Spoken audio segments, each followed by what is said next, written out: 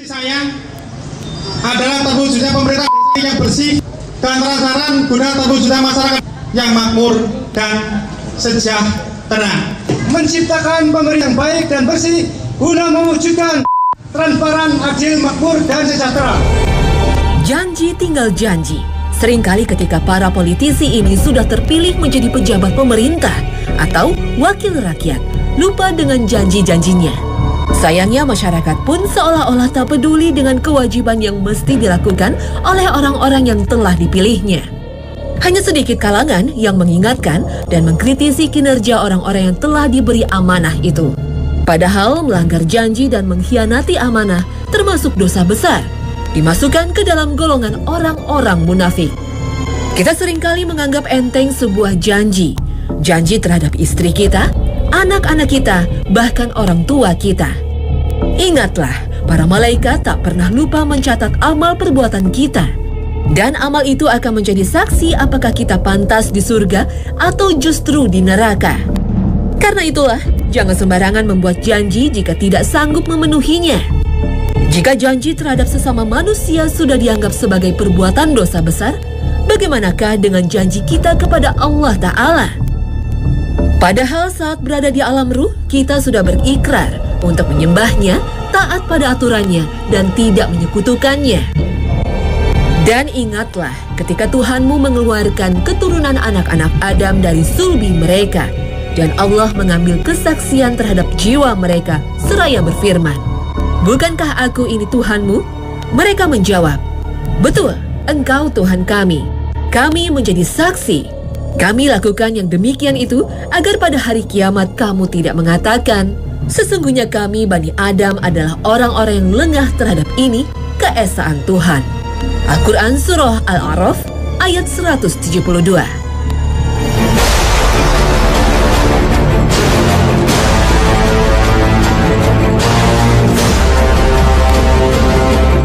Assalamualaikum warahmatullahi wabarakatuh.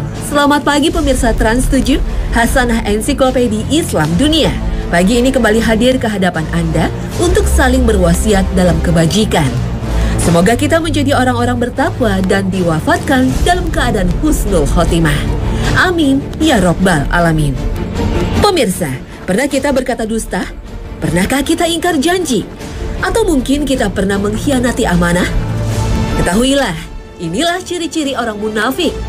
Rasulullah SAW bersabda, tanda orang munafik ada 3. Jika bicara berdusta, jika diberi amanah berkhianat, dan jika berjanji menyelisihi.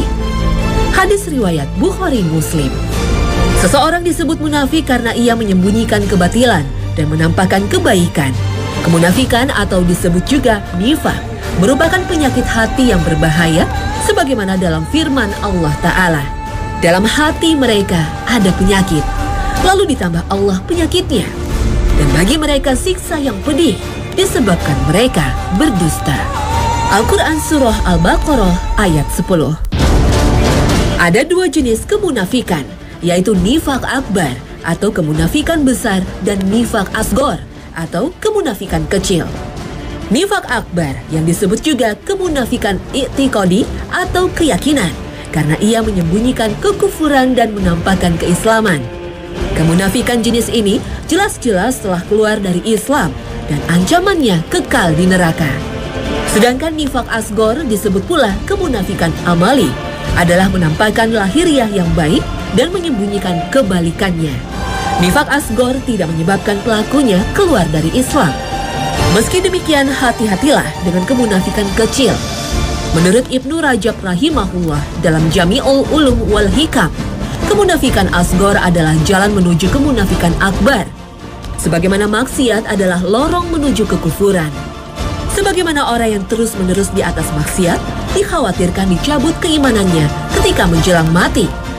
Demikian juga orang yang terus-menerus di atas kemunafikan asgor, dikhawatirkan dicabut darinya keimanan dan menjadi munafik akbar.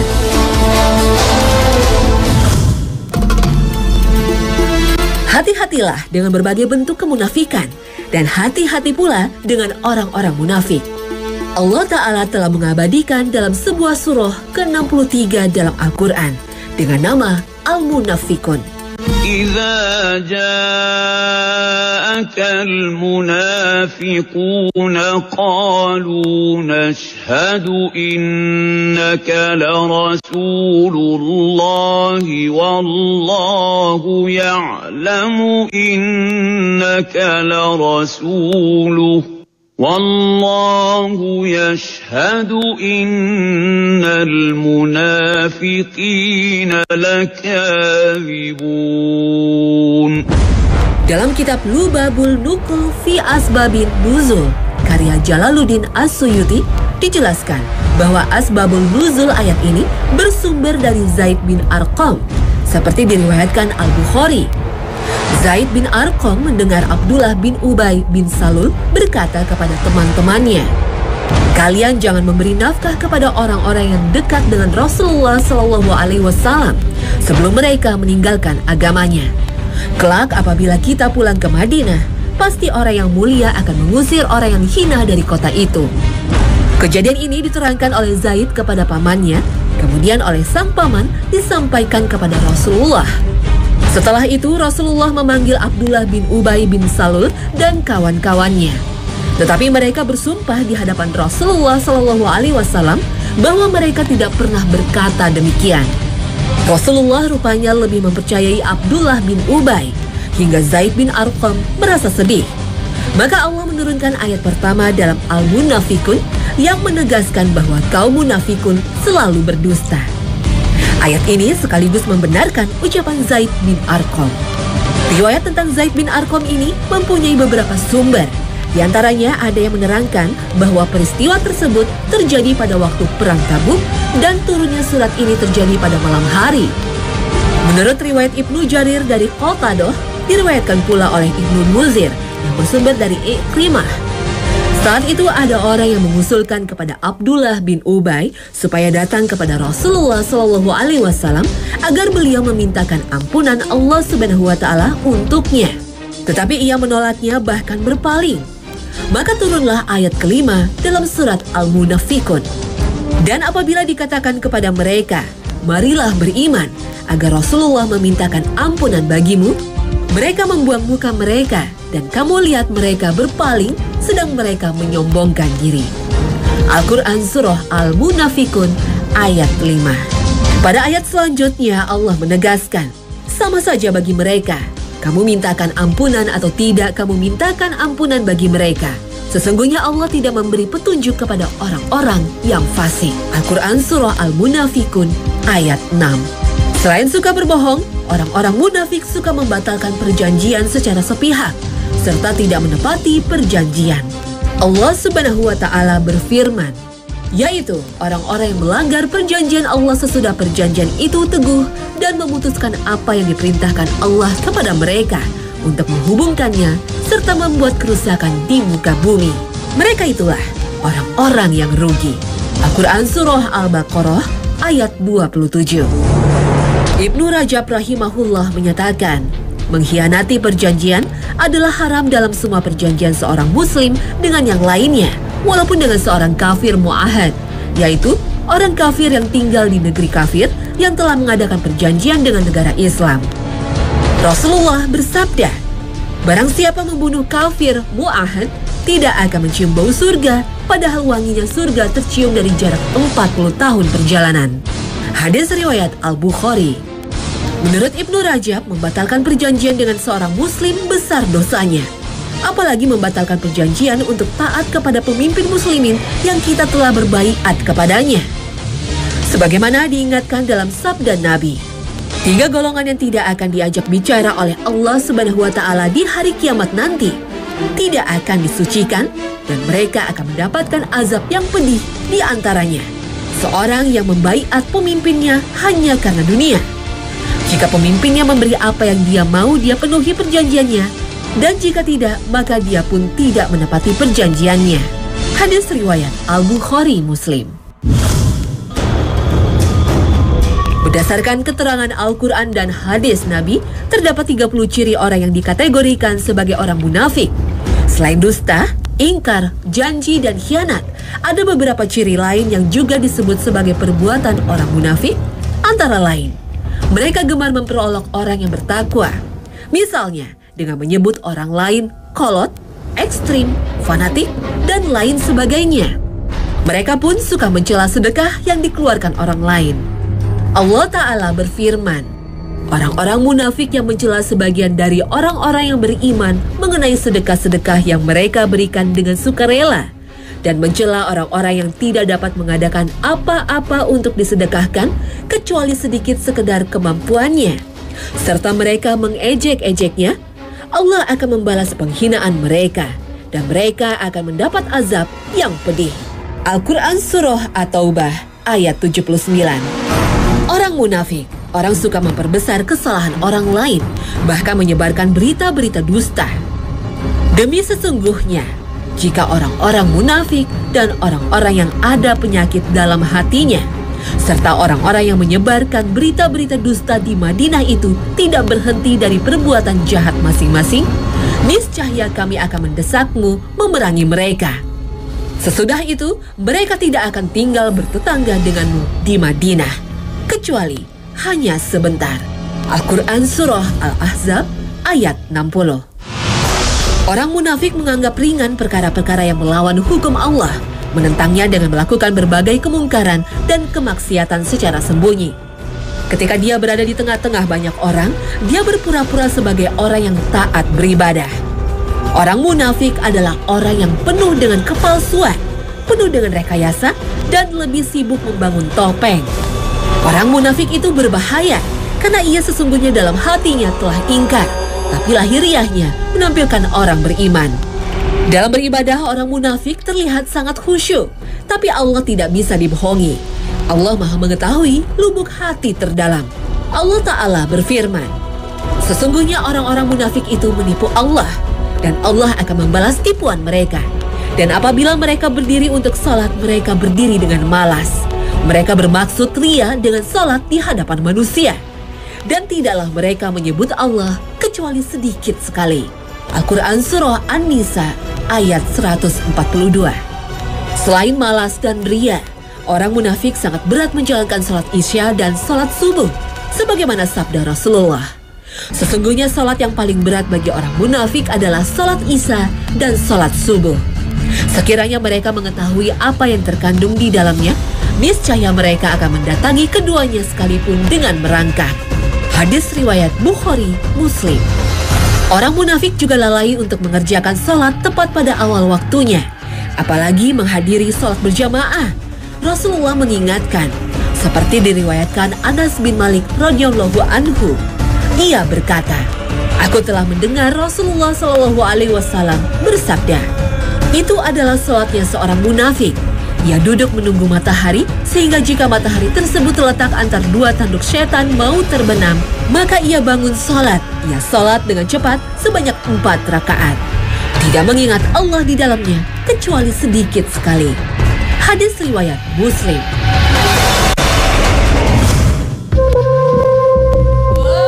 Sejarah umat Islam tidak terlepas dari peran kaum munafik yang berusaha meruntuhkan kekuatan dan persatuan umat Islam.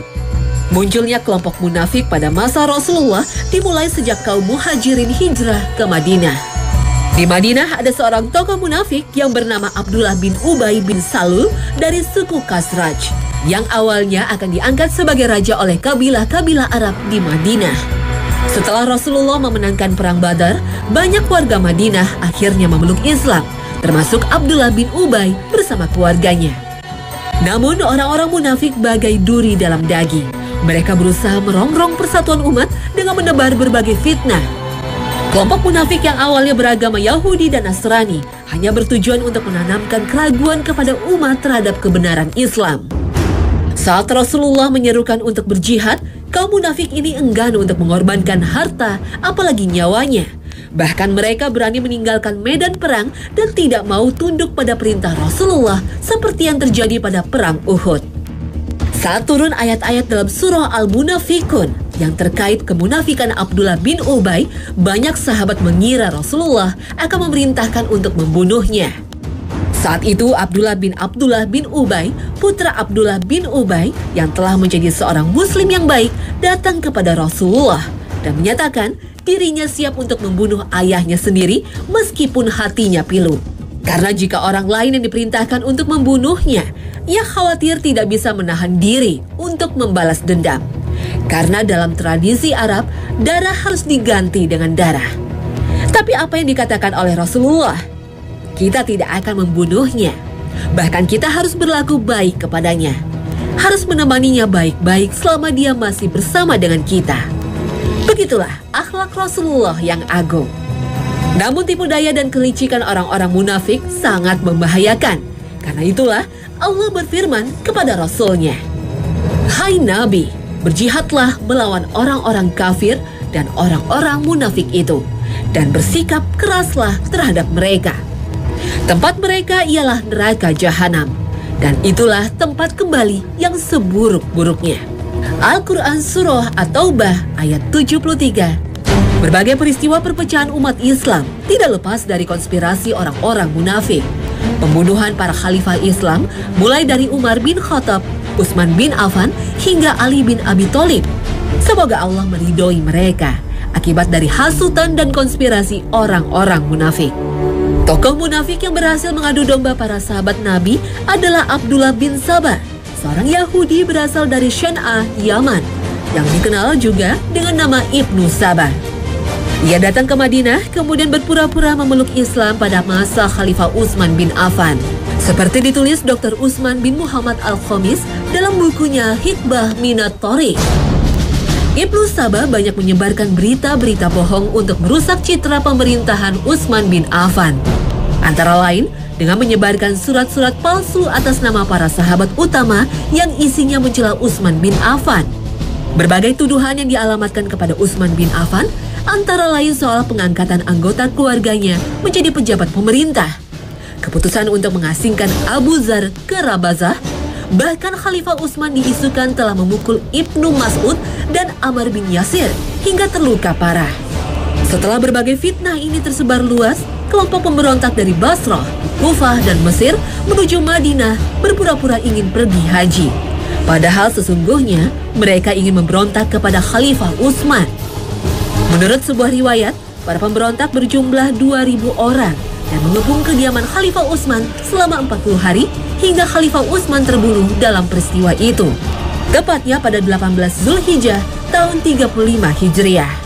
Setelah berhasil menggerakkan pemberontakan terhadap Khalifah Utsman, Ibnu Sabah yang dikenal sebagai penggerak kelompok Sabaiyah ini juga mengobarkan fitnah hingga terjadi konflik antara Ali bin Abi Thalib dan Ummul Mukminin Aisyah yang dikenal dengan Perang Jamal. Begitu pula konflik yang terjadi antara Ali bin Abi Thalib dan Muawiyah bin Abu Sufyan yang dikenal dengan Perang Siffin. Tipu daya orang-orang munafik juga terjadi pada peristiwa Karbala. Husain bin Ali bin Abi Thalib beserta keluarganya dibunuh secara sadis oleh pasukan Kufah. Padahal Rasulullah SAW pernah bersabda, "Dua orang ini, Hasan dan Husain, adalah pemimpin para pemuda penduduk surga." Hadis riwayat Tirmizi. Sepeninggal Ali bin Abi Thalib, umat Islam saat itu memilih Hasan bin Ali untuk melanjutkan kekhalifahan, namun hanya berlangsung 6 bulan. Hasan bin Ali menyerahkan kekhalifahan kepada Muawiyah demi persatuan umat, dengan syarat Muawiyah akan menyerahkan kembali kekhalifahan kepada Hasan bin Ali. Karena itulah, tahun itu disebut Amul Jamaah atau Tahun Persatuan Umat. Tetapi Hasan lebih dulu wafat hingga Muawiyah menyerahkan kekhalifahan kepada anaknya Yazid. Namun Husain bin Ali tak mau membaiat Yazid. Sementara penduduk Kufah saat itu mengirim surat kepadanya agar datang ke Kufah untuk dibaiat sebagai khalifah. Banyak sahabat Nabi yang melarang Husain bin Ali untuk pergi ke Kufah. Bahkan Ibnu Umar yang saat itu berada di Mekah menyusulnya dengan menempuh perjalanan selama 3 hari. Setelah melakukan perjalanan yang jauh, Husain beserta rombongannya berhenti di sebuah tempat bernama Karbala. Saat itu mereka bukan disambut gembira oleh penduduk Kufah, justru dihadang oleh pasukan Ubaidullah bin Ziyad yang berjumlah 5.000 orang. Sementara Al-Husain hanya memiliki 72 penunggang kuda. Al-Husain menyadari dirinya tertipu oleh janji penduduk Kufah yang awalnya mendukungnya untuk meluruskan kekhalifahan yang diambil Yazid bin Muawiyah. Namun ternyata mereka berkhianat. Pada Jumat pagi hari pada 10 Muharram 61 Hijriah, berkobarlah peperangan antara dua pasukan yang tidak imbang. Pasukan Al-Husain menyadari tidak akan mungkin menang, namun mereka rela untuk membela cucu Rasulullah. Semuanya tewas satu persatu, tidak ada yang tersisa kecuali Husain bin Ali dan anaknya yang sedang sakit, Ali bin Husain. Namun tak ada satupun pasukan Ubaidullah yang berani mendekat dan membunuhnya, hingga Syamr berseru, "Celakalah kalian, apa yang kalian tunggu? Ayo maju." Mereka pun maju hingga Al-Husain terbunuh. Orang yang membunuh dan memenggal kepala cucu Rasulullah ini adalah Sinan bin Anas An-Nakhai. Al-Husain beserta keluarganya yang mulia dibantai secara sadis. Menurut Tariq Khalifah bin Khayyat, anak-anak Ali bin Abi Thalib yang ikut terbunuh dalam tragedi itu adalah Ja'far, Al-Abbas, Abu Bakar, Muhammad, dan Utsman. Sedangkan anak-anak Al-Husain yang ikut terbunuh adalah Abdullah dan Ali Al-Akbar. Sementara anak-anak Al-Hasan yang terbunuh adalah Abdullah, Al-Qasim, dan Abu Bakar. Dari anak-anak Muslim bin Aqil adalah Aun dan Muhammad. Semuanya berjumlah 18 orang. Semuanya keluarga Rasulullah. Orang yang memerintahkan untuk membantai Al-Husain beserta keluarganya adalah Ubaidullah bin Ziyad, gubernur Kufah. Tak lama setelah itu, Ubaidullah pun dibunuh oleh Al-Mukhtar bin Abu Ubaid yang menuntut balas atas terbunuhnya Al-Husain. Inilah tragedi yang memilukan dalam sejarah Islam. Namun bagi Husain, inilah jalan syahid yang Allah angkat derajat dan kemuliaannya. Pengkhianatan penduduk Kufah ini tercatat dalam sebuah doa Al-Husain sebelum wafat.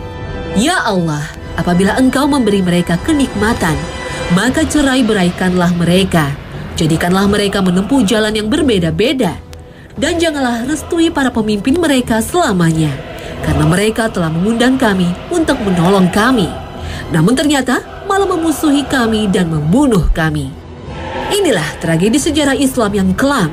Tragedi yang telah menebar berbagai fitnah, bahkan merenggut cucu kesayangan Rasulullah SAW beserta keluarganya. Kisah ini pun menyadarkan kita bahwa ancaman dan bahaya orang-orang munafik, sekecil dan sehalus apapun, mempunyai potensi besar untuk merusak keutuhan dan persatuan umat. Dan bisa jadi negara kesatuan Republik Indonesia ini. Nauzubillah.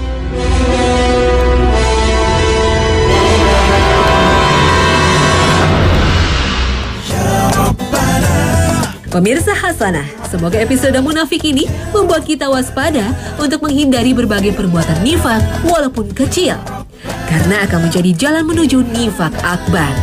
Dan yang perlu diingat, waspadalah dengan orang-orang munafik yang selalu menebar fitnah dan berbagai rekayasa untuk menghancurkan diri kita dan agama kita. Terima kasih atas perhatian Anda dan wassalamualaikum warahmatullahi wabarakatuh.